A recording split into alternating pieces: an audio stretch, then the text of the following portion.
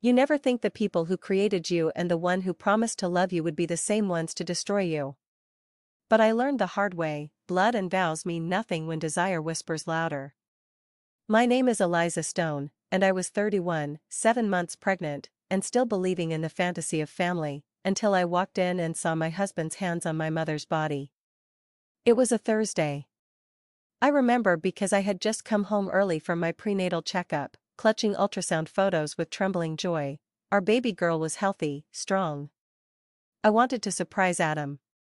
I even stopped to grab his favorite almond croissants from the bakery downtown, ignoring the cramp in my back and the ache in my swollen feet.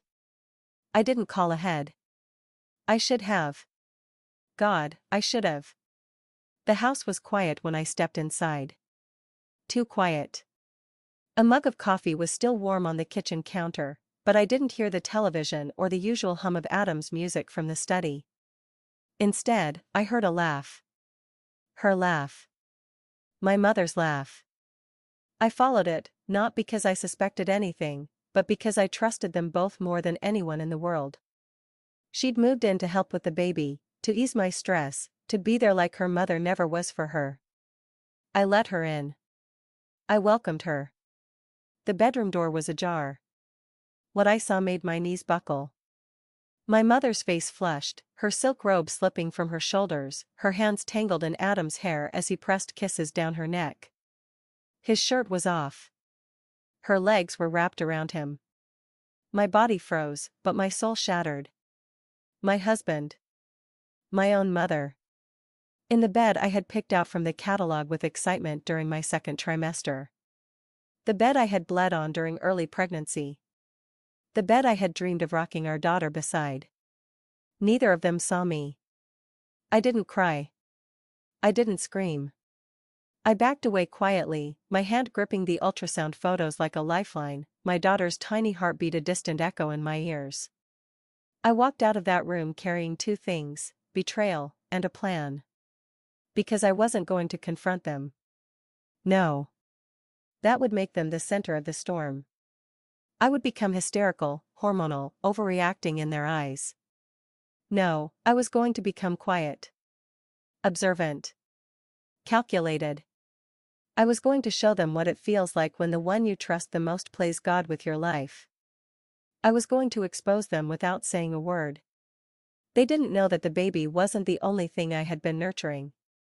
I had also been building a legacy, and a trap. One that started long before this betrayal.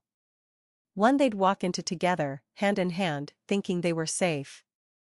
But when the trap sprung, they'd realize they weren't just hurting me. They were about to lose everything. Everything. So if you're still listening, stay with me. Because this story isn't about heartbreak. It's about revenge, quiet, patient, devastating revenge. If you're watching this and your heart is pounding like mine was that day, I need you to like, share, and subscribe. And tell me, where are you from? Have you ever been betrayed by someone you trusted with your life? I don't know what hurt more, the image of her lips on his chest or the way the walls of my own home felt like they were laughing at me. That night, I didn't sleep. I lay in the guest room, curled on my side, cradling the baby in my belly with one hand and the truth in my chest with the other. The ultrasound photo was still under my pillow. My daughter's outline, perfect and whole, was the only thing that kept me from shattering completely. At 3:12 a.m., I heard her footsteps. Light, careful, almost rehearsed. I imagined her moving through my kitchen like she owned it, pouring herself a glass of milk, maybe humming softly. Pretending to be the helpful mother. The helper. The nurturer. How many nights had she stood by my side as I cried about Adam's long work hours? How many times had she touched my hair and said, "Sweetheart, he's lucky to have you." I felt sick. Not just from the betrayal, but from the realization that I had loved a mask, a shadow of a woman I thought was my mother. The next morning, I didn't mention anything. I made pancakes. Yes, pancakes. I flipped them with shaking hands while Adam came down, kissed the top of my head, and said, "You're glowing, babe." My mother joined minutes later, wearing the same robe from the night before. I didn't look at her. I focused on syrup, on plates, on anything that wouldn't reveal the rage building inside me. Because I needed them to believe I was still blind. Still trusting. That's when the idea started forming, slow, sharp, deadly. I wouldn't just expose them. I would make them feel what I felt. Unstable. Unloved. Unwelcome in their own skin. I'd been working on something even before this happened, a quiet fund I'd created in case I ever wanted to leave the city, maybe open a boutique for baby items someday. Adam didn't know. It was under a different name. That was my key. And I knew exactly how to use it. First, I hired someone, an old college friend named Kaylee who worked in private security now. I told her everything. She didn't gasp or pity me. She just said, "You want proof? I'll get you proof." We had tiny cameras in the bedroom, the hallway, even the nursery where my mother would often sit and knit. Kaylee taught me how to access the feeds from my phone without triggering any alerts. It felt strange, secretive, but not wrong. Not anymore. Within days, I had what I needed. Footage of them brushing fingers in the hallway. Her leaning too close while Adam laughed nervously. A kiss in the laundry room.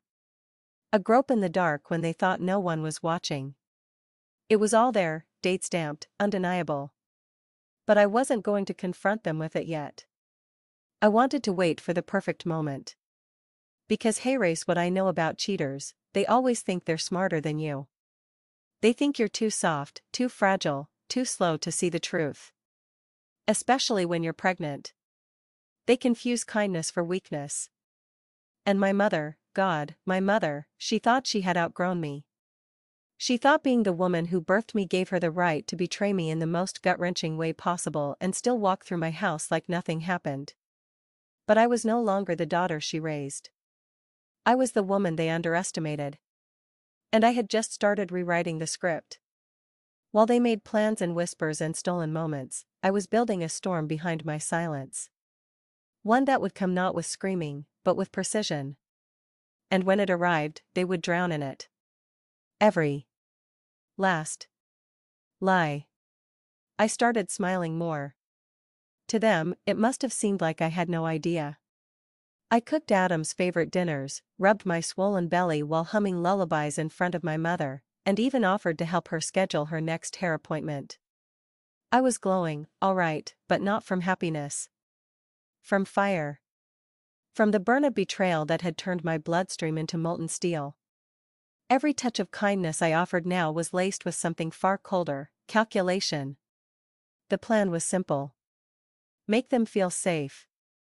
Make them think they had won. Because that's when people get careless. And careless people slip. Adam had always wanted to host a baby shower, a co-ed one, he insisted, with friends and family, a real celebration. I used to roll my eyes at the idea. But now? Now I leaned in. I told him it was brilliant. I told my mother to invite all her old friends. I wanted witnesses, people who had known me since I was a child. People who would remember the woman my mother used to be before she wore my life like a second skin. As the date approached, I worked with Kaylee to edit a 3-minute clip from the surveillance footage. Nothing too explicit, just enough to show the wandering hands, the lingering touches, the whisper of a kiss in the hallway. I overlaid soft piano music on it. I even added a baby heartbeat from my last ultrasound at the beginning of the video. Not because I was cruel. Because I wanted everyone to remember what this was about. Not just a cheating scandal. But a betrayal inside a womb that still kicked every night. On the morning of the shower, I woke up early, baked 24 blueberry muffins, and smiled through every nerve in my body screaming at me to scream. My mother wore pastel pink. Adam matched her tie to her dress. "You two look cute," I said, and I swear to God, the way her eyes flinched told me she wasn't sure if I knew, or if she imagined the edge in my tone. I had rented out a lovely greenhouse cafe for the event, my gift to myself. There were paper lanterns, sunflowers in mason jars, photos of my growing belly pinned to twine with clothespins. It was beautiful. It was perfect. Just like they wanted everyone to think we were. Midway through the party, while guests sipped champagne and laughed about baby names, I stood near the dessert table and cleared my throat. "I just want to say thank you," I said, holding up a glass of sparkling cider. "To everyone who supported me through this journey, especially the two people who mean the most to me. My husband, Adam, and my mother, Grace." There was applause. Grace blushed. Adam smiled like a fool. "And I wanted to share something a little special," I added, nodding to Kaylee, who had offered to run the projector as a favor. The lights dimmed. The screen flickered to life. The first image was my baby's ultrasound. A heartbeat. A tiny hand. Then came the hallway footage. A graze of fingers. A kiss by the laundry door. Her hand brushing his shoulder while I sat in the other room, probably knitting a blanket for the child I thought we were raising in love. The room went silent. Someone gasped. Someone else dropped their drink. And then, my mother's face. White. Like chalk. Adam tried to speak, but his mouth moved without sound. I didn't say a word. I just stood there, in my maternity dress, holding my belly with one hand and the remote control in the other like a detonator. Because that's what I had become, an explosion wrapped in grace. When the video ended, I whispered into the microphone, "Some gifts come wrapped in ribbons. Others, in lies." Then I walked out. Left them there. In a room full of people who now knew the truth. I didn't care if they ran. I didn't care if they cried. Because what came next wasn't just shame. It was consequence. And I was just getting started. When I woke up the next morning, the world was on fire, and I had never felt calmer. My phone was filled with missed calls, texts, voicemails. Most from Adam. A few from my mother. And several from mutual friends who didn't know what to say. Some messages just said, "I'm so sorry." Others were harsher, "How could she? Your own mother? Do you need a place to stay?" But I didn't reply to any of them. I let them stew. I let Adam panic. I let Grace sit in the boiling mess she helped create. Because silence is louder than a scream. And right now, I wanted them both to hear nothing. Just the echo of their own guilt bouncing off the walls. Adam came home around noon. I was in the nursery, folding baby clothes. He stood in the doorway like a ghost, unshaven, lips trembling. I didn't even glance up. He spoke my name like it was still his to use. "Eliza." I don't know what happened. I turned to him, calmly placed a pale yellow onesie in the drawer, and said, "Don't ever speak to me like I'm stupid." He flinched. I didn't mean, look, it was a mistake, I didn't plan any of this. It wasn't supposed to happen. I smiled. A slow, dry smile. "That's the thing about betrayal, Adam," I whispered. "It's never an accident. It's a decision. Made again and again." He started crying. "Or pretending to. Please, don't leave me. We're about to have a child." "I love you, don't," I said, louder now. "Don't say love. You don't know what that word means. You made love into something cheap and rotten the moment you let my mother into our bed." He dropped to his knees. Actually dropped. But it was performative. I knew that. A man who cheats and then begs isn't sorry, he's exposed. And now he was scrambling. "She came on to me," he choked. "She was lonely. You were always tired. She said things. She made me feel like I wasn't invisible."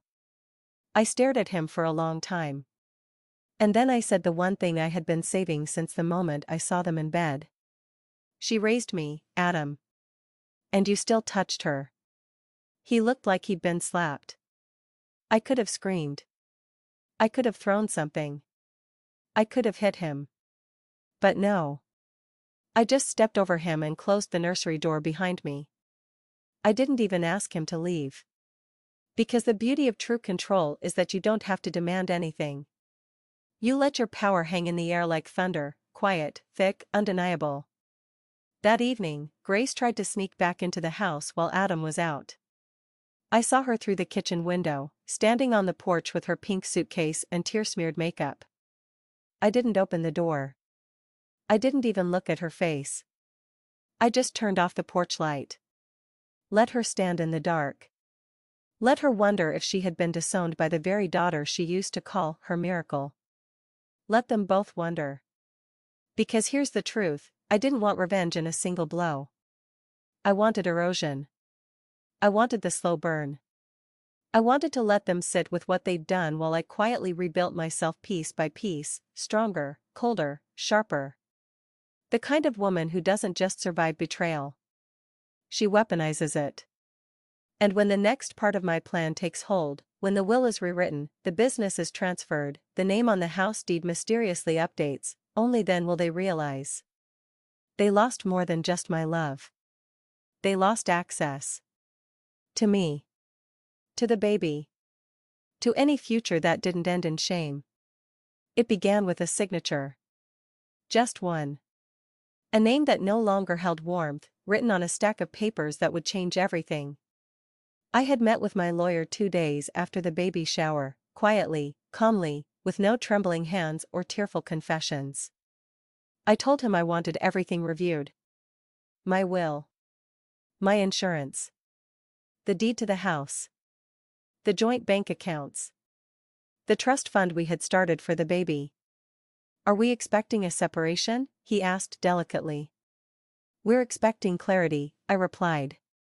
And I want to make sure that if anything happens to me during childbirth, the right people have access. Not Adam. Not my mother. Not anyone who's ever touched me with betrayal. He looked into my eyes and nodded slowly. Understood. By the end of the week, my name was the only one on the deed. Adam had never cared about the paperwork, he left that to me, lazy in his confidence. His name was removed from the baby's trust. And a new clause was added: in the event of my death, custody would not automatically go to the father, but to a guardian of my choosing. I chose Kaylee. My friend. My witness. My warrior. At the same time, I sent anonymous packages to 2 of Adam's business partners, each containing encrypted USB drives with clips from the video, plus a typed message. Are these the kind of people you trust with your brand? Adam was an executive at a luxury baby furniture company. Family image was everything. 1 week after those packages arrived, he was placed on temporary leave pending investigation into moral conduct. He came home red-faced and seething. You did this, he hissed. I didn't answer. I stirred my tea. I can't believe you'd go this far. You're ruining everything. Now I looked at him. No, Adam. You ruined everything. I'm just letting the world see what was already there. He paced like a caged dog, muttering, gesturing. I made one mistake. One. I laughed once, cold and sharp. You touched my mother. You made me doubt the meaning of family. You made me carry your betrayal inside my body while smiling at baby name charts. He lunged forward. Not violently. But fast, like he wanted to grab my arm or shake me into forgiveness. Kaylee stepped out from the hallway just then, holding her phone. Try it, she said calmly. And I'll have this recording in the hands of HR and the police by dinner. Adam backed away. And for the first time, he looked scared. Good. Let him be scared. Let him finally feel powerless in a house where he once strutted like a king. My mother, meanwhile, had vanished. Disgraced. Unwelcome at her bridge club. Blocked from her sister's number. Even the neighbors wouldn't look her in the eye. She sent letters. Voicemails. One day, I found a baby blanket on my doorstep, hand-stitched, her initials in the corner. I burned it in the backyard while drinking a cup of chamomile tea. I didn't need mementos from a woman who kissed my husband while calling herself my protector. And yet, I wasn't done. Because revenge isn't just about punishment. It's about reclaiming. My voice. My future. My child's safety. And soon? I would take back the last thing they didn't even realize they still owed me, my name. They say betrayal cuts deepest when it comes from the people who raised you. But what they don't tell you is this: sometimes the betrayal didn't start with you, it just ended with you. I always thought this was the first time my mother had crossed a line like this. That her affair with Adam was a one-time collapse, a moment of weakness. I wanted to believe it, if only to preserve some scrap of who she used to be. But the truth doesn't care about what we want to believe. It comes for us anyway. I found the box while clearing out the attic, a place I hadn't stepped into in years. I only went up there because I needed space to store the crib pieces we weren't going to use. Adam had ordered a new one the week before the shower, but I couldn't bear to look at anything he'd touched. So I lugged the unopened box upstairs, sweating and cursing the weight and my belly. Then, in the far corner, behind old holiday lights and a broken lamp, I saw it.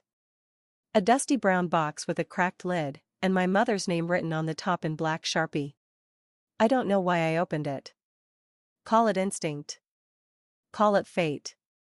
Inside were old photo albums, letters tied in ribbon, scraps of fabric from dresses I barely remembered. Then I saw a leather-bound diary. The pages were yellowed, brittle at the edges. I wasn't looking for answers, just distraction. But as I turned the pages, I began to read her voice. And slowly, I began to understand something horrible: she had done this before. 35 years ago, my mother had an affair with a married man named Stephen. The man was her best friend's husband. She didn't just have a fling, she broke their home apart. There were journal entries filled with sick excitement: he says I make him feel young again. She doesn't appreciate him. I can give him what she can't. His daughter called me auntie. I wonder what she'd say if she knew I kissed her father in the garage. My hands shook as I turned the pages. This wasn't a mistake. This was a pattern. A sickness. My mother didn't stumble into betrayal, she chased it. She inserted herself into the lives of younger women, built trust, then poisoned it from within. She'd taken men not just out of lust, but out of a sick need to compete.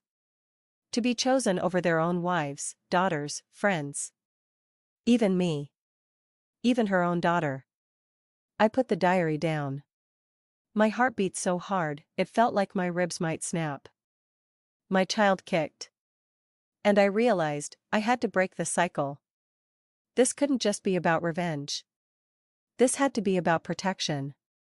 My baby girl would grow up never knowing the taste of this kind of poison. I would raise her on truth, on self-worth, on steel boundaries and soft love. And the woman who birthed me? She would never touch my child. Not in presence. Not in memory. Not in name. I descended from the attic holding the diary like it was a burning coal. And I knew what I had to do next. I didn't want an apology anymore. I wanted erasure. To cut my mother out of my story completely. No more pretending she was ever good. No more telling people she helped me through pregnancy. From now on, her name would never pass through my daughter's lips. She was no longer my mother. She was a cautionary tale. And her words, once so nurturing, would be burned page by page, until they no longer existed. You don't always need a grave to bury someone. Sometimes, the death happens in your heart. Quietly. Deliberately. And you mourn in private, because no one else would understand why the loss of someone alive can feel so much like digging through your own bones. That was how I felt about Grace. She wasn't dead. But she was gone. The woman I thought raised me had never existed. She was a costume stitched together with warm hugs and lullabies, masking something much colder beneath. So I decided to grieve her. To bury her in my own way. I planned it like a funeral. Not for her body, but for her presence in my life. It was a Sunday morning. Crisp and cloudless. The kind of day that might have once made me call her up and say, "Let's get coffee and walk by the lake." But not anymore. That version of us was a lie. So instead, I dressed in black, lit 7 white candles in the backyard, and placed her diary in the center of the old fire pit. Each candle represented a role she had stolen: the mother, the friend, the grandmother-to-be, the protector, the nurturer, the confidant, the healer. I lit them one by one and whispered the truth into the wind. You were none of these things.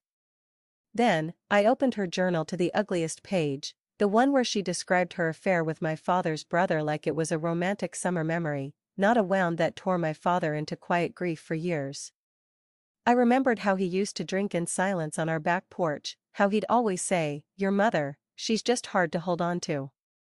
I thought he meant emotionally. Now I knew he meant morally. I held the page to the flame. It curled like a leaf, blackening at the edges, the ink blistering into ash. Page after page, I fed the fire. Her affairs. Her justifications. Her giggles over broken homes. Her twisted pride in being wanted. It all turned to smoke. My belly ached as the baby shifted. Maybe she felt it, my rage. My cleansing. When the last page burned, I picked up the framed photo we kept in the hallway, me and Grace on my wedding day, her lips pressed to my forehead, her eyes shining with fake joy. I smashed it on the ground. The glass shattered. The photo folded in on itself like it, too, knew it had been part of a lie. I stood over the fire pit and whispered, "You're dead to me now." Then I looked up, and saw Adam watching from the kitchen window. He looked afraid. And he should have been.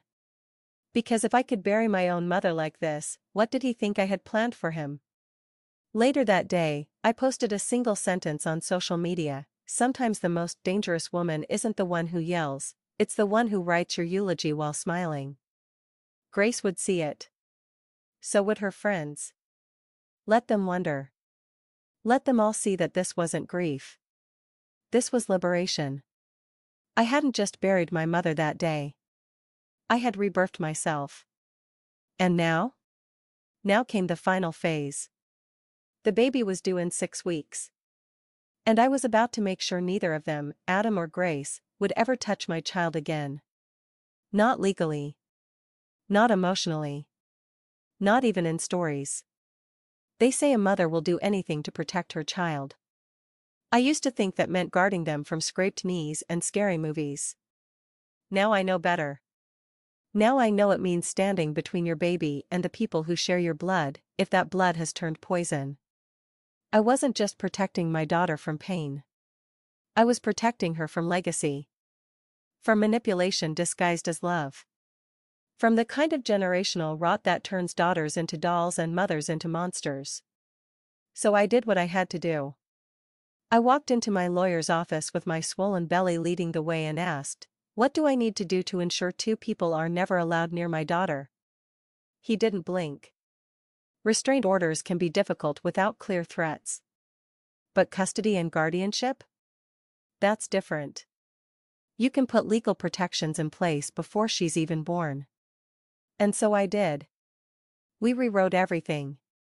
The first thing I changed was my will. Grace and Adam were removed from every clause, every fallback, every potential loophole. If something happened to me during delivery, custody would pass to Kaylee, my legal guardian of choice, until my daughter was of age. A trust would be set up in my child's name, accessible only by Kaylee or, when my daughter turned 21, by herself. No one else. Not Adam. Not his family. Not Grace.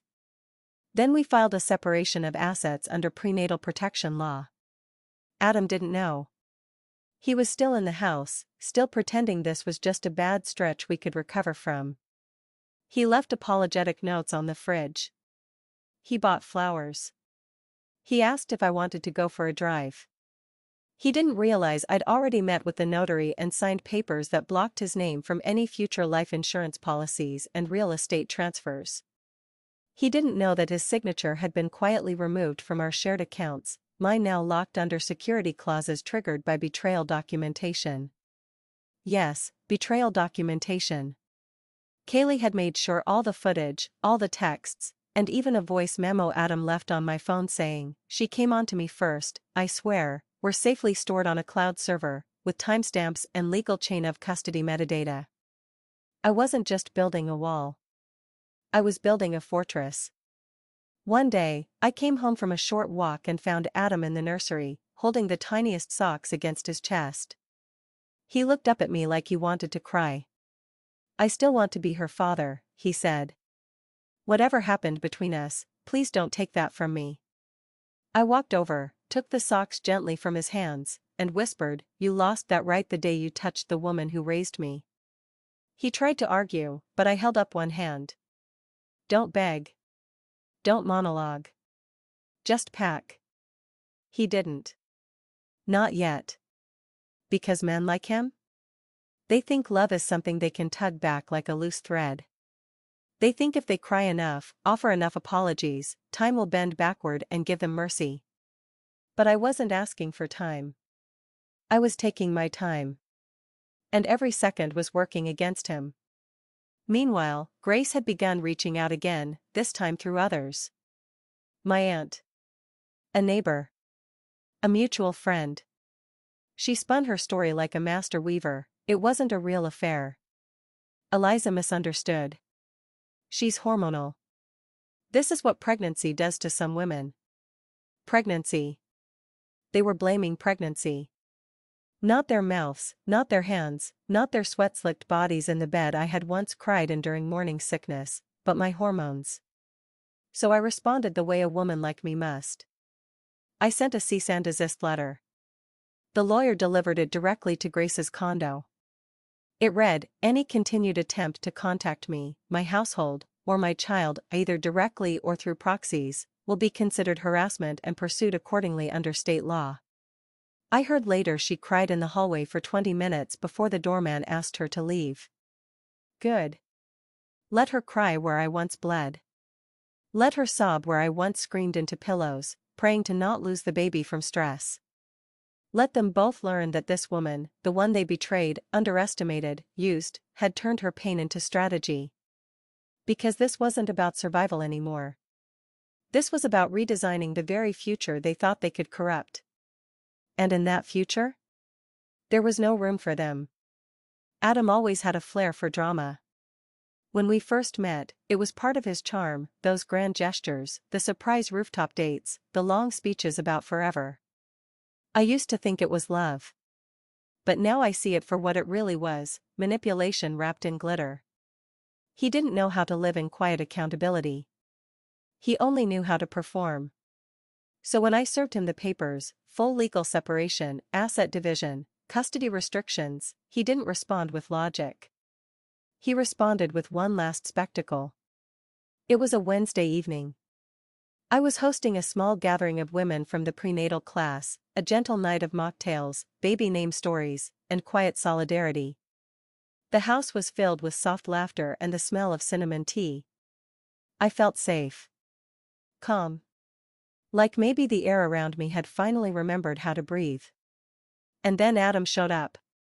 He didn't knock. He walked in like he still lived there, holding a velvet box in one hand and a bouquet of white roses in the other. Every woman in the room fell silent. I stood up slowly, heart thudding, not with fear, but fury. "Eliza," he began, his voice trembling, eyes trained on the women around me like he was playing to an audience. "I made a mistake. A disgusting, horrible mistake. But I can't let you go through motherhood thinking I didn't love you. I want to make it right. For our baby." He opened the velvet box. Inside was a necklace. Gold. Delicate. A heart pendant, split into two halves, one engraved with my name, the other with baby girl. And for a moment, I didn't move. I just stared at it. Not because it touched me. But because it made me sick. "You think jewelry fixes betrayal?" I asked calmly, as the women around me shifted uncomfortably. "You think a pendant makes up for touching my mother in the house where our daughter will sleep?" He stammered. I just wanted to show I'm trying." "No," I cut in. "You wanted to show you're still in control." That if you stage the right apology, you'll get back into our lives. I took the necklace, walked to the kitchen sink, and dropped it in the garbage disposal. His face paled. You're being cruel. The word stopped me cold. Cruel? I repeated, a cold laugh rising. You cheated on your pregnant wife with her mother. You smiled in my face while sneaking behind my back. And now, because I won't let you rewrite the story, I'm the cruel one? He looked around the room, hoping for sympathy. All he found were narrowed eyes, crossed arms, women who had seen this kind of manipulation before. So I gave him his moment. I walked to the center of the room, picked up my phone, and tapped the screen. A small projector flickered on. Kaylee's idea. Footage filled the wall, clips not of the affair, but of his recent attempts to gaslight me. His voicemails. His whispers through the nursery door, you're overreacting. It wasn't that serious. It's probably the hormones. Gaslighting, played out in high definition. The women watched in silence. Then one clapped. Then another. Until the room echoed with slow, steady applause. Not for him. For me. Adam stared like he'd been stripped naked. His voice cracked as he muttered something, maybe a curse, maybe a plea. But it didn't matter. He backed out of the house. And this time? He closed the door behind him. I turned to the women, suddenly breathless. But they smiled. They handed me tea. One rubbed my shoulder. You're not cruel, one whispered. You're free. But I wasn't just free. I was in charge. And for the first time in months, I felt ready.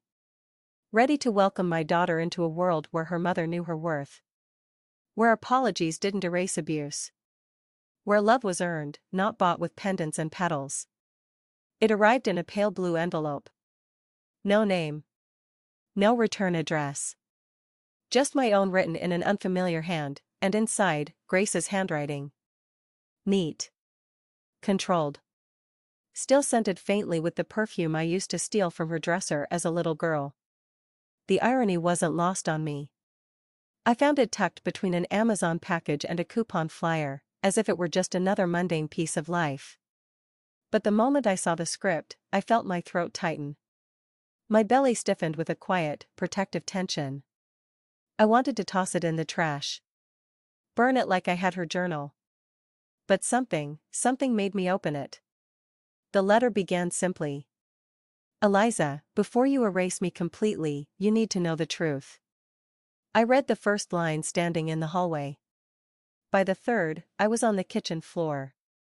It wasn't just a letter. It was a confession. A twisted, self-serving bomb. You weren't supposed to be mine, she wrote. I wasn't ready to be a mother. Your real mother, her name was Caroline. She was my best friend. And she died giving birth to you. My breath caught. She begged me to take you. Her family wouldn't. She had no one else. She made me promise. I did it out of loyalty, not love. Loyalty. Not love. My vision blurred as I read the next lines. I never meant to raise you as my own for this long. But you were quiet. Easy. I told everyone you were mine and it just stuck. I did what I could. I made sacrifices. I dropped the paper like it was burning. She wasn't my mother. Grace, who had kissed my forehead while brushing my hair, who had held me during the flu, who had called me my girl in front of teachers and friends, wasn't my mother. She was the woman who raised me out of obligation. And who later tried to sleep with the man who gave me a child. I felt the ground shift beneath me. It was too much. Too layered. Too cruel. For a moment, I thought, I don't exist. Not really. Just a mistake passed from one woman to another, hidden behind bedtime stories and forged smiles. But then I touched my stomach. And the baby kicked. And that was when clarity struck me like a bell. I am real. And I am hers. Not Grace's. Not Caroline's. Mine. I would not be the third link in a broken chain of women who loved conditionally. I would not raise my daughter on lies and legacy rot. I would not keep secrets under blankets and call them protection. I would raise her in the light. I picked up the letter again. Not out of weakness, but to finish it. I never meant to fall for Adam, she wrote in the last paragraph. But you reminded me too much of her. Of what I never had. I'm sorry if I blurred the lines. I'm sorry I became the villain. I wasn't trying to replace you. I just forgot who I was without someone loving me. I stared at that line. I just forgot who I was without someone loving me. And finally, I understood something. Grace was never whole. She was a woman who survived by stealing love that didn't belong to her.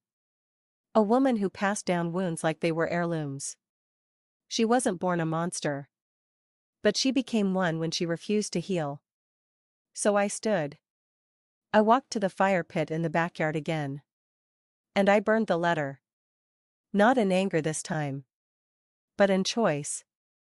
Grace didn't raise me out of love, but I would raise my daughter with nothing but love. Not because I had to. But because I chose to. And that, I realized, is what makes a real mother. The contractions started at 2:47 a.m., sharp, deep, and unforgiving. They weren't like the Braxton Hicks I'd grown used to, those polite nudges. These were wolves. I sat up in bed, clutching the sheets as a wave of pressure stole the breath from my lungs. And I smiled. Because this was it. The beginning of my daughter's arrival. The beginning of everything I'd been fighting for. Kaylee drove me to the hospital. She held my hand between contractions, cracked quiet jokes in the elevator, and signed in as my emergency contact without me needing to ask. Her calm became my anchor. We were assigned a private room. Monitors beeped steadily. Nurses checked vitals. And as the epidural settled in and my world softened at the edges, I allowed myself, for just a moment, to feel peace. Then, the knock. Not a gentle one. Firm. Hesitant. And somehow familiar. A nurse peeked in. "There's a man outside asking about you," she said. "Says he's family. But he's not on your list." My body tensed. "His name?" I asked. She hesitated. "James McCrae. He says, he knew your birth mother. Says he's your uncle." Kaylee stood before I could react. "Absolutely not. Tell him this is not the time," but something in me shifted. "Wait," I said. James McCrae. That name had been scrawled once in Grace's journal. In an entry about Caroline. My real mother. She'd written, James was furious. Said I had no right to keep her daughter. He never forgave me. I looked at Kaylee. "Let him in." 5 minutes. "Stay close." She didn't like it, but she nodded. When he walked in, I felt it in my bones. He looked like me. Older. Weathered. Gray at the temples. But the shape of the eyes, the set of the jaw, I recognized it. I saw it in the mirror every morning. He stood a few feet from the bed, hat in his hands. "You look just like her," he said softly. "Caroline. She'd be proud." I didn't cry. I was too tired. Too guarded. "What do you want?" I asked. "To give you something your mother never had," he said, reaching into his coat pocket and pulling out a sealed envelope. "Answers. And peace." He placed it on the tray beside me and didn't move closer. "Grace robbed you of a lot. But she didn't kill all of us. I was there when you were born. I begged to take you. But she threatened me. Said I'd never see you again. I didn't have money. Didn't have custody rights. I was just 23. And scared." I stared at the envelope. "Why now?" "Because she's dying," he said. That landed like a stone. "She has cancer. Stage 4. Didn't want you to know. But before she went under treatment, she asked me to bring this to you. I almost threw it in the trash. But then I thought, maybe you deserve to decide whether or not to read it. I nodded slowly. And Adam? James shook his head. Never met him. Don't want to. Any man who touches the daughter and the mother belongs in hell. A silence settled between us. Then the monitor beeped louder. A contraction. James stepped back. I'll go. But if you ever want to know about your mother, Caroline, I'm here. I still live in Vermont. That address is in there. He turned, paused at the door, and added, I'm sorry, Eliza. For everything. Then he was gone. Kaylee returned, wide-eyed. You okay? I think I will be, I whispered. That night, I didn't open the envelope. I placed it in my overnight bag beside the baby clothes. Because tonight wasn't about the past. It was about the future. And she arrived just before dawn, screaming, pink, beautiful. I held her against my chest and whispered her name through tears. Amara. It means grace. But not the kind I was given. The kind I would give her. Pure. Earned. Unbroken. We came home on a cloudy Friday morning, just the two of us, me and Amara. Kaylee had set up the nursery with soft lights and a banner that read Welcome home, little one. It should have been a sacred moment. A new beginning wrapped in flannel and lullabies. But even as I carried Amara through the door, my spine stiffened. Something in the air felt wrong. Too still. Too expectant. I brushed it off. Postpartum nerves, maybe. Or the remnants of trauma clinging to my skin like dust. But by sunset, I knew I hadn't imagined it. Because she came. Grace. She didn't knock. She stood at the bottom of my porch stairs, her body thin and frail beneath a heavy coat, scarf pulled up to her chin. But even then, I saw it, the same proud tilt of the head, the same soft smirk behind her tears. And in her hands, a teddy bear. She waited until the lights in the nursery came on. Until the lullaby machine clicked and Amara's cries echoed briefly through the night air. That's when she stepped forward and whispered, just loud enough for me to hear through the cracked window, let me see her. Please, Eliza. I'm dying. My body froze. Not because I pitied her. But because she thought that was enough. Cancer. Regret. One broken apology whispered into the wind. As if she hadn't already destroyed every sacred thing between us. I went to the front door. Kaylee tried to stop me, but I held up my hand. I need to do this. For me. Grace's eyes lit up when she saw me. Eliza, she whispered, reaching out, you look so, no, I said sharply. Don't. Don't start with compliments. You're not welcome here. I just want to meet her, she pleaded. Just once. She already met you, I snapped. When she kicked inside me the night I watched you with Adam. When my stomach clenched so hard I thought I might lose her from the sheer disgust. Grace's tears came quickly. Conveniently. I made mistakes, she sobbed. But I raised you. I was there when no one else was, you were there with a lie, I said, my voice low and cold. You weren't my mother. You were a thief with a bottle of formula. And you took everything from me, including the truth about who I am. She stepped onto the first stair. Please. And that's when I moved. Fast. I didn't push her. I didn't scream. I walked back into the house and came out with the envelope James had given me, the one with her confession. I threw it at her feet. You want redemption? I said. Try earning it somewhere else. Try telling your story to someone who didn't bleed from it. She stood there in the dusk light, shaking. I don't have much time, you should have thought of that before, I said flatly. Before the bedroom. Before the lies. Before turning motherhood into a competition. She opened her mouth. But I was already closing the door. locking it, securing the boundary. When I turned back, Amara was awake. Kaylee rocked her gently, humming. "She'll never know what you protected her from," Kaylee whispered. "Good," I said. "That's the point."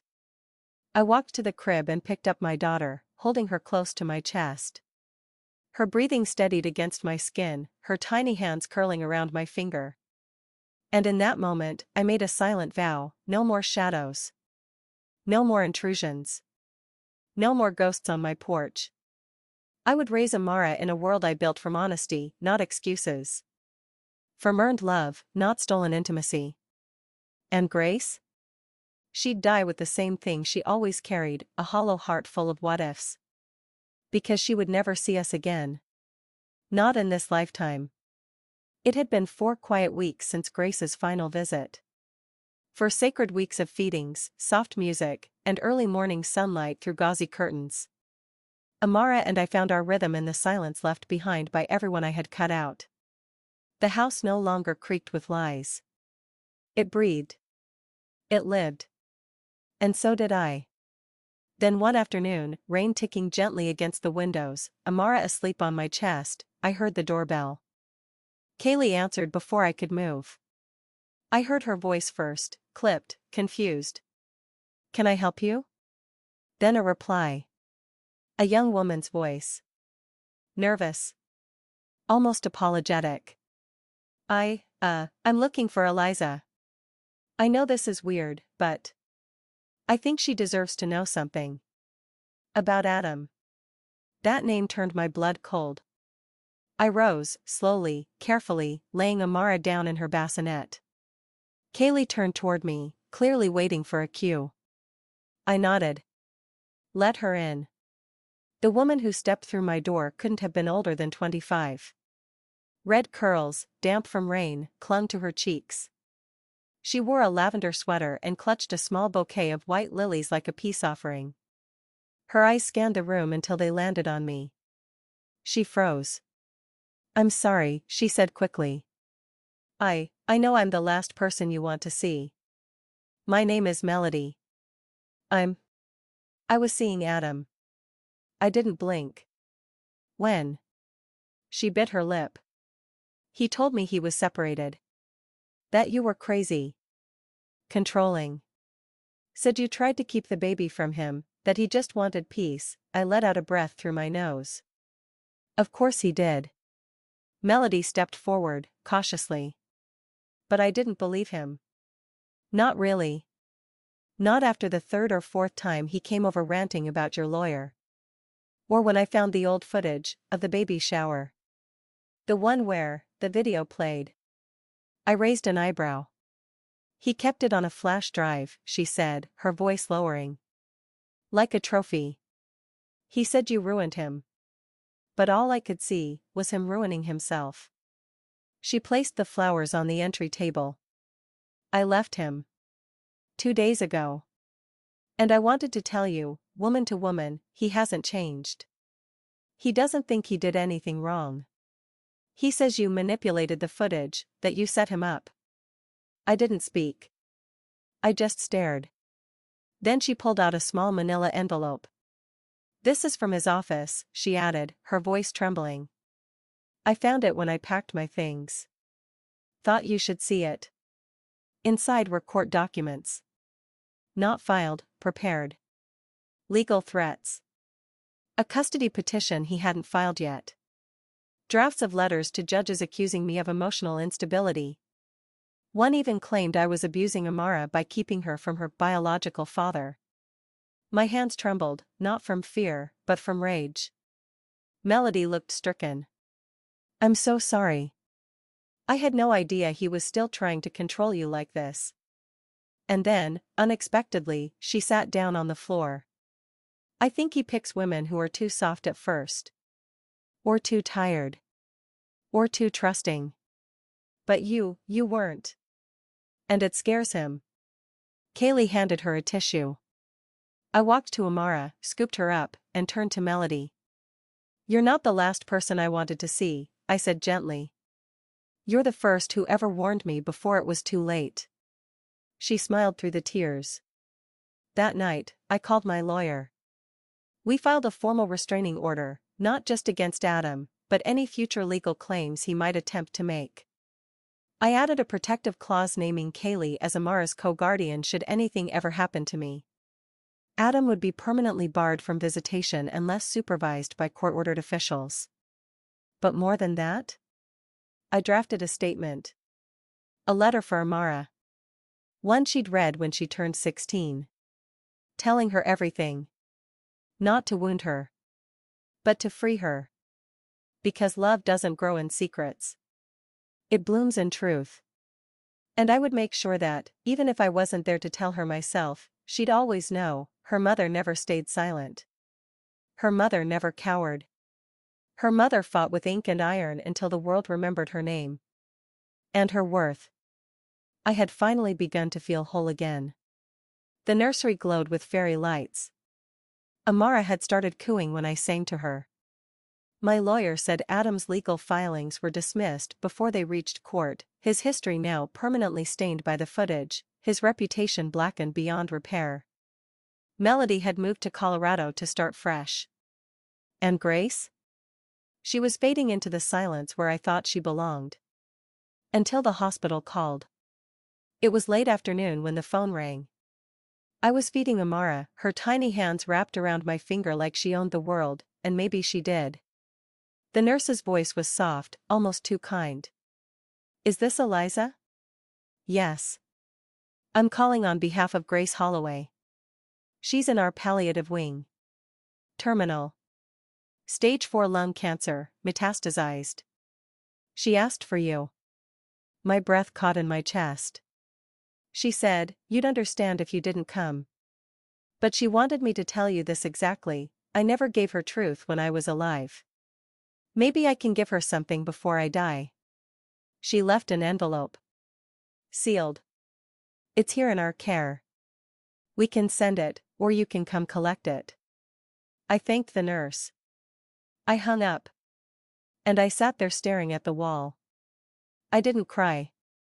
I didn't tremble. I simply felt hollow.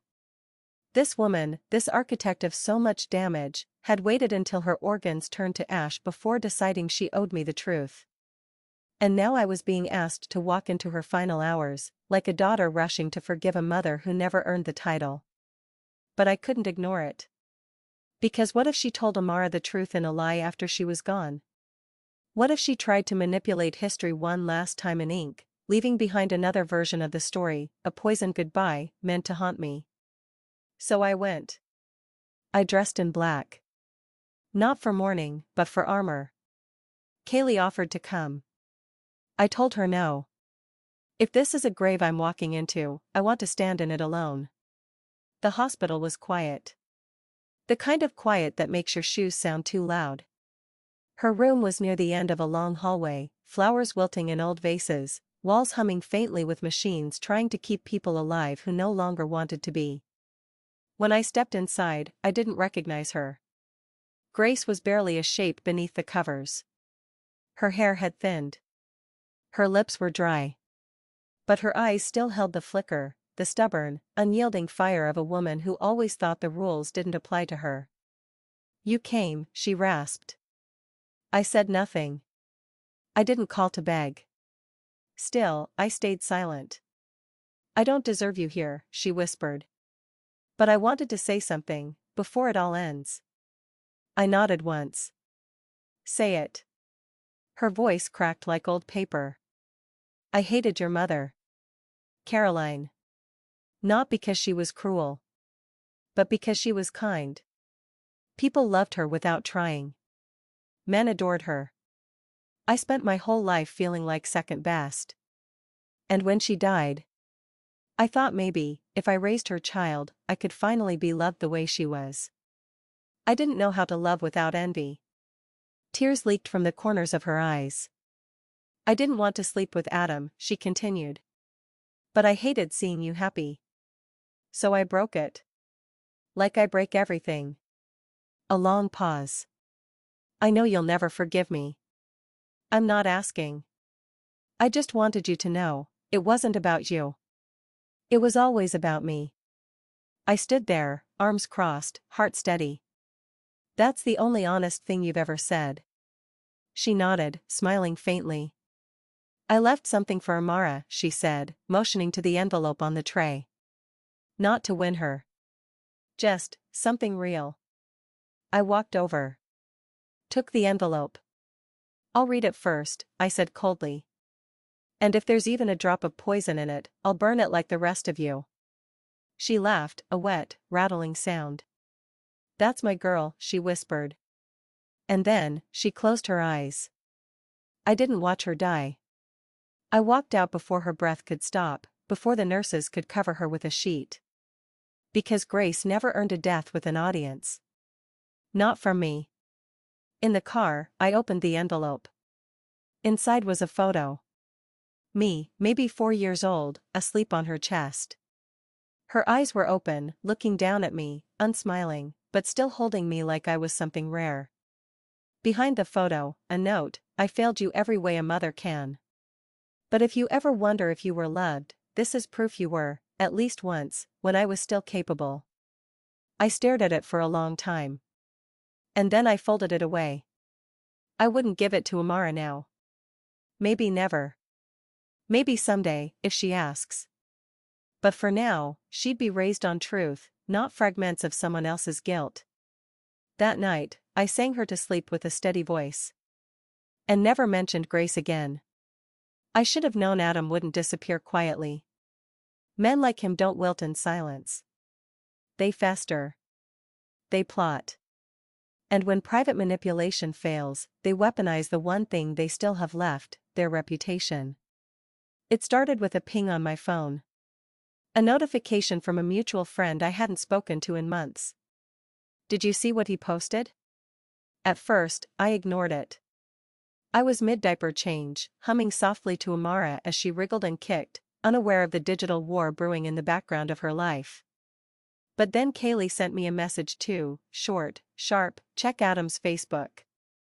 Now. I opened the app with shaking hands. And there it was. A photo.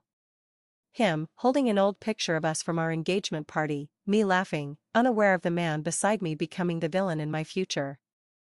His caption? I lost everything to lies. To a woman who turned our love story into a courtroom drama. All I ever wanted was to be a father.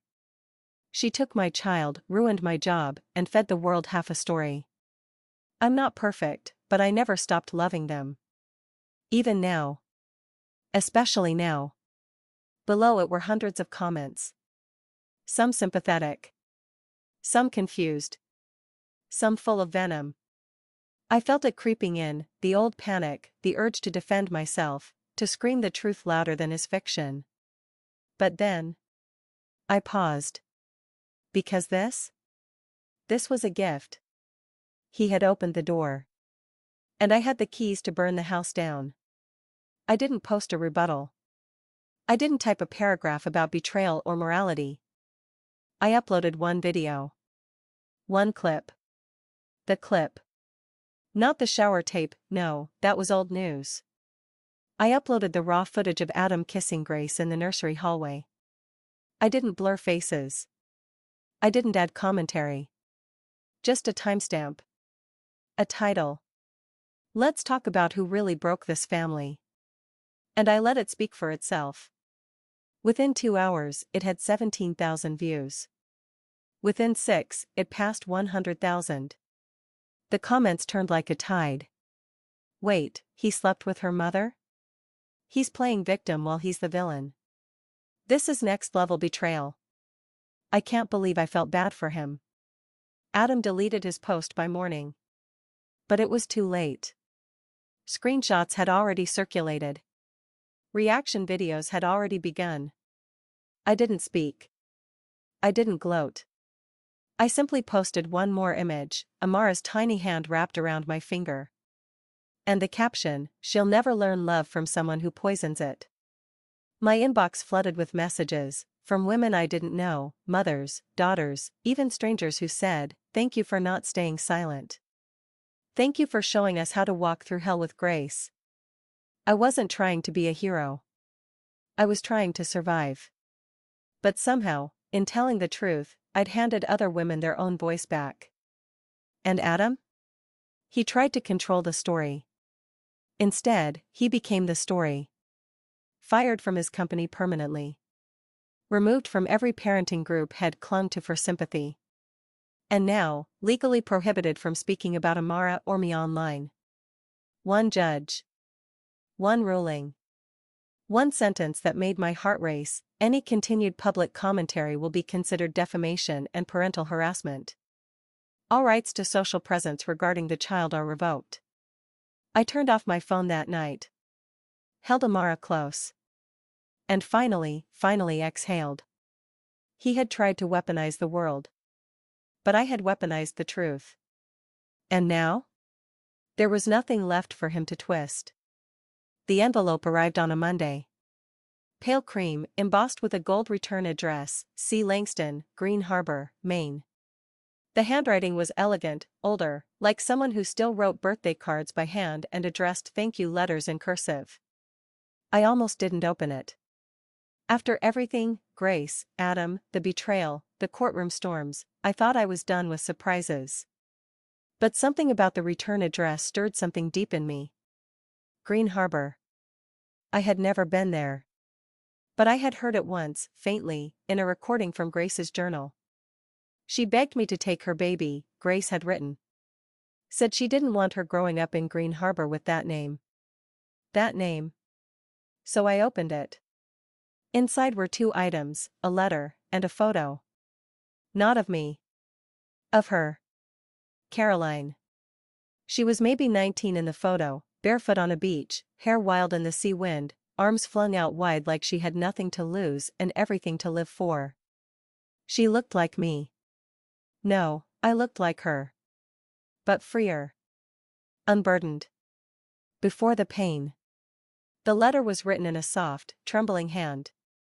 Dear Eliza, my name is Cecilia Langston. I was your mother's midwife. Her best friend. Her only confidant in her final days. I've debated writing this for years, but when James told me what happened, about Grace, and the letter, and the baby, I knew I couldn't stay silent anymore. You were born on a cold November morning in a cottage by the cliffs.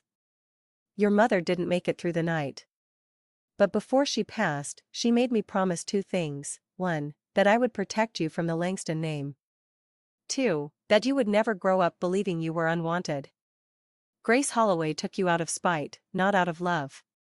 Caroline knew it. But she was dying, and she thought any mother was better than no mother. She was wrong. Eliza, your birth name wasn't Eliza. Your mother named you Marin, after the sea, after the tides, after the idea that you'd be powerful enough to come and go with your own rhythm, your own strength. She whispered it over and over as she faded. My Marin. My wave. I dropped the letter. Marin. I had never heard that name before. And yet, it struck something deep in my marrow. Like someone had said my real name for the first time in my life. Kaylee came into the room. What is it? I handed her the photo. And the letter. She read it in silence. Then she looked up at me with tears in her eyes. Marin, she whispered. That's beautiful. I feel like I've just been born, I said. That night, I held Amara against my chest and whispered, your grandmother named me after the sea. That means your bloodline starts with waves, with wildness. With women who may have died too young, but left behind names strong enough to survive betrayal. I didn't change my name legally. Not yet. But I signed my journal that night with a new kind of certainty. Marin Eliza Holloway. A name that held grief. And power. And beginnings. Because now. I didn't just know where I came from. I knew who I was. And that was the final piece I needed to build the life they had tried to steal from me. It was raining when the knock came, sharp, professional, the kind of knock that doesn't ask permission, only announces arrival. I had just put Amara down for her morning nap, her soft breathing barely louder than the rain against the window.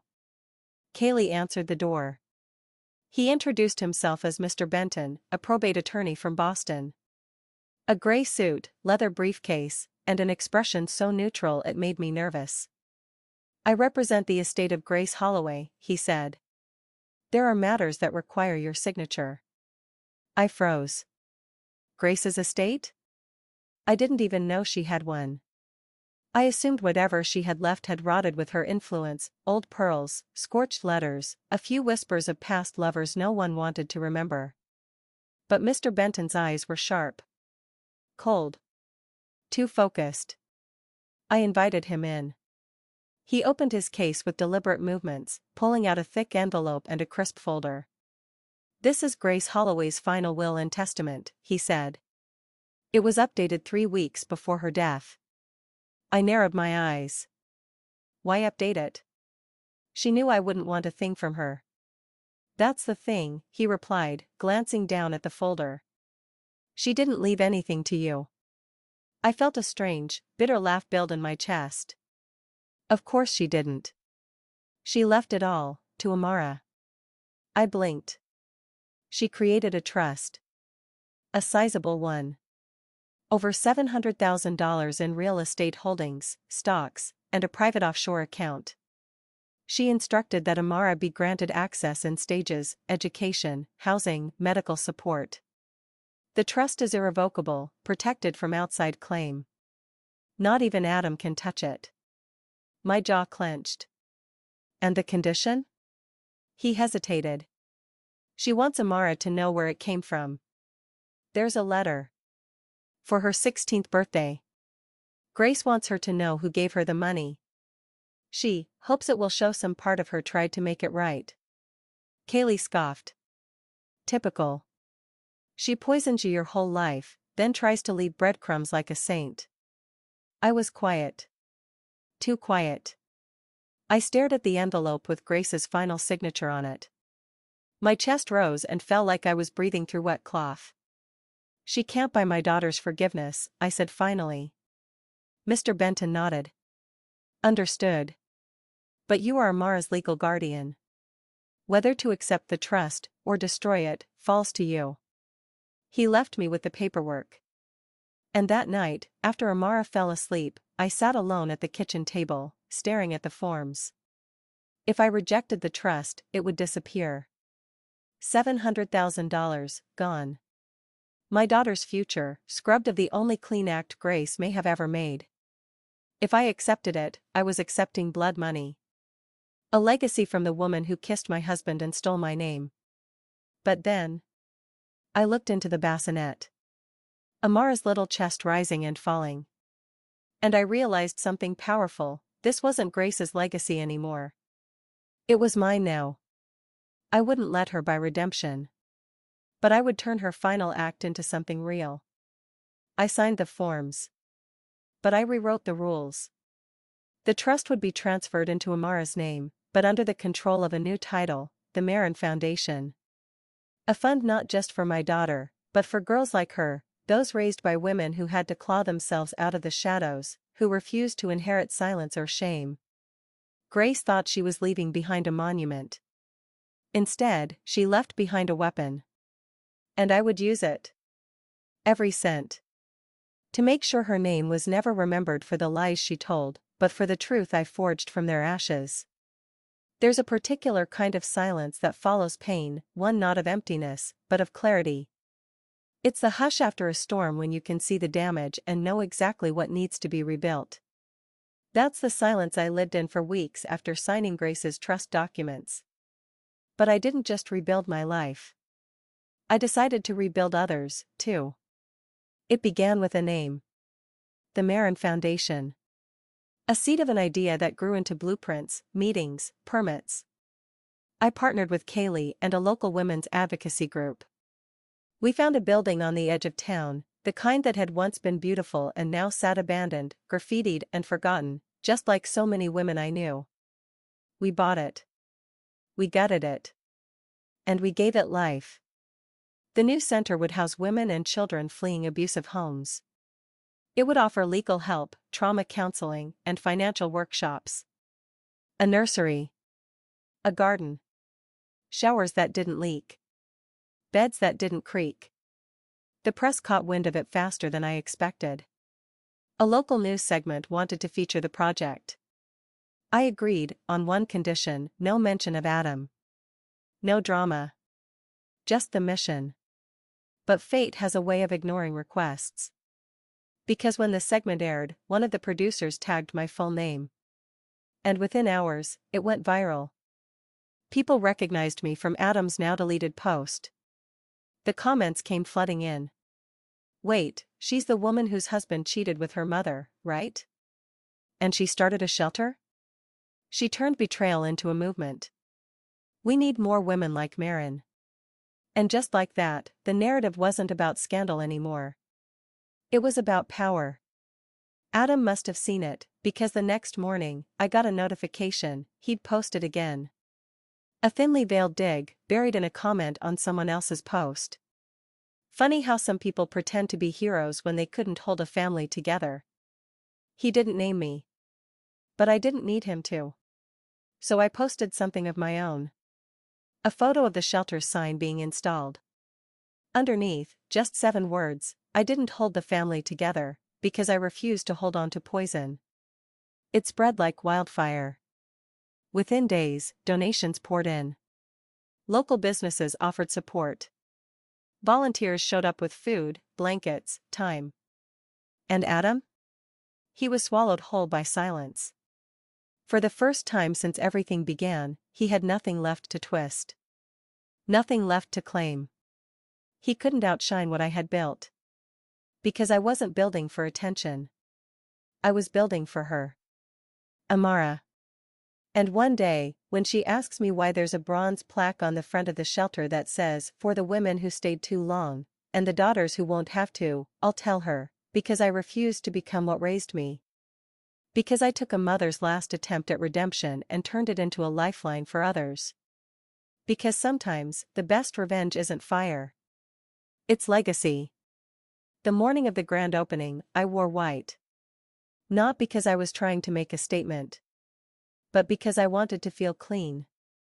Cleansed of the betrayal, the rot, the names that once clung to me like mold: wife, daughter, victim. Today, I was something else entirely. Today, I was Marin, a name born in grief and reclaimed in fire. The ribbon-cutting ceremony was simple. Humble. Just as I wanted it. Local press stood at the edge of the crowd, snapping photos of the new sign, the Marin Foundation, a safe haven for women and children. Kaylee stood beside me, holding Amara in a pale yellow wrap that matched the sunflowers planted near the entryway. A few dozen guests from the town gathered: former teachers, neighbors, women who knew, without needing to ask, what this moment meant. And that's when he came. I didn't see him at first. But the hush told me he was there. I turned just as Adam stepped out of the back row, wearing a too-tight suit and that same pitiful expression he always wore when he wanted attention masked as remorse. He didn't come with flowers this time. He came with performance. "Can we talk?" he said, just loud enough for the cameras to catch. People turned. I didn't blink. "No," I replied, calmly. He stepped closer. "Marin, please.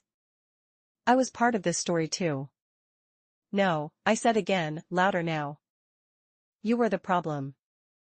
This isn't your redemption arc." He gestured toward Amara, as if that gave him a right to anything. "She's my daughter." Kaylee stepped forward like thunder. "She's a miracle you lost the moment you betrayed her mother and her bloodline. You don't speak for her. You don't get to stand here." The murmurs in the crowd began to grow. A woman in the third row said it under her breath: "Is that the man who cheated with her mother?" Someone else whispered, "The baby shower guy." I remember the video. Adam's jaw clenched. He looked at the cameras. "I just wanted to be part of something good." "You were," I said coolly. The warning. And then I turned my back. The crowd followed. One by one, they moved with me, leaving him standing alone, awkward, sweating, the weight of his shame finally heavier than the charm he once relied on. The mayor stepped forward to finish the ceremony. I took the giant scissors and cut the ribbon clean. The applause that followed didn't feel like noise. It felt like healing. Later that night, after the guests had gone and the shelter sat bathed in warm light, I stood outside holding Amara. She was asleep, cheek against my chest, her breath soft and rhythmic. Kaylee joined me on the porch. "He won't come back," she said.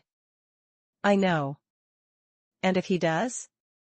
I looked down at my daughter, kissed her forehead, and whispered, "He'll find out that forgiveness doesn't mean access." Because I had given enough. Endured enough. And now? Now I had built something no one could tear down. Not him. Not Grace. Not anyone who once mistook my silence for surrender. Before I say goodbye, I need to ask you something. If you've made it this far, if you've sat with me through the betrayal, the fire, the silence, the rebuilding, then please, subscribe my channel, share this story with someone who needs to hear it, and comment below, where are you from, and what truth have you survived in silence? Because if we don't tell our stories, they don't vanish. They get inherited. But not my daughter. Not Amara. This is the story I'll tell her one day, not about her father, not about Grace, not about the shame that once tried to raise me, but about the day she was born, and how I looked down at her and realized, I was being born too. Not as Eliza Holloway, the wife. Not as the daughter, the fool, the forgiver. But as Marin. Marin, whose name meant sea.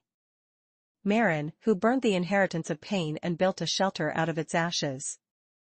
Marin, who turned her daughter's first cry into a battle hymn for every woman who stayed too long in the wrong kind of love. I no longer ask why Grace did what she did. She was broken in ways she never tried to heal. And Adam? He was everything wrong with a world that teaches men to cry only when they're caught. He called my strength cruelty. But cruelty is when you make someone beg for dignity. And I will never beg again. The shelter has a waiting list now. Not for rooms, we've made plenty of those. But for healing. For hope. Every woman who walks through our doors leaves a note in the jar by the entrance. Some say thank you. Others say I didn't know I was allowed to leave. But one note still haunts me. It said, "I saw your video, and I stayed one more night. Then I left. You saved me." That's when I knew. I had given birth to more than just a child. I had given birth to a legacy. Not one written in money or apologies. But one written in truth, pain, and firelight. And as for me? I now sleep without checking the locks twice. I now walk without flinching at the sound of keys behind me. And when Amara reaches for my face in the morning, I see no shadow of him. Only the light we made, together. So here I am. 32 years old. Mother. Warrior. Marin. And if you remember nothing else, remember this, the strongest woman in the room isn't always the loudest. She's the one who buried betrayal, raised herself from its grave, and still found a way to leave the light on for the next woman. That's me. And if it's you too? You're not alone anymore. Thank you for listening. Please like, share, and subscribe my channel. And comment below, where are you from, and what truth do you carry that the world needs to hear? I'll be reading every one. Because sometimes the story you survive becomes the one that saves someone else. And if no one told you today, you are still here. That means you are already winning. Marin.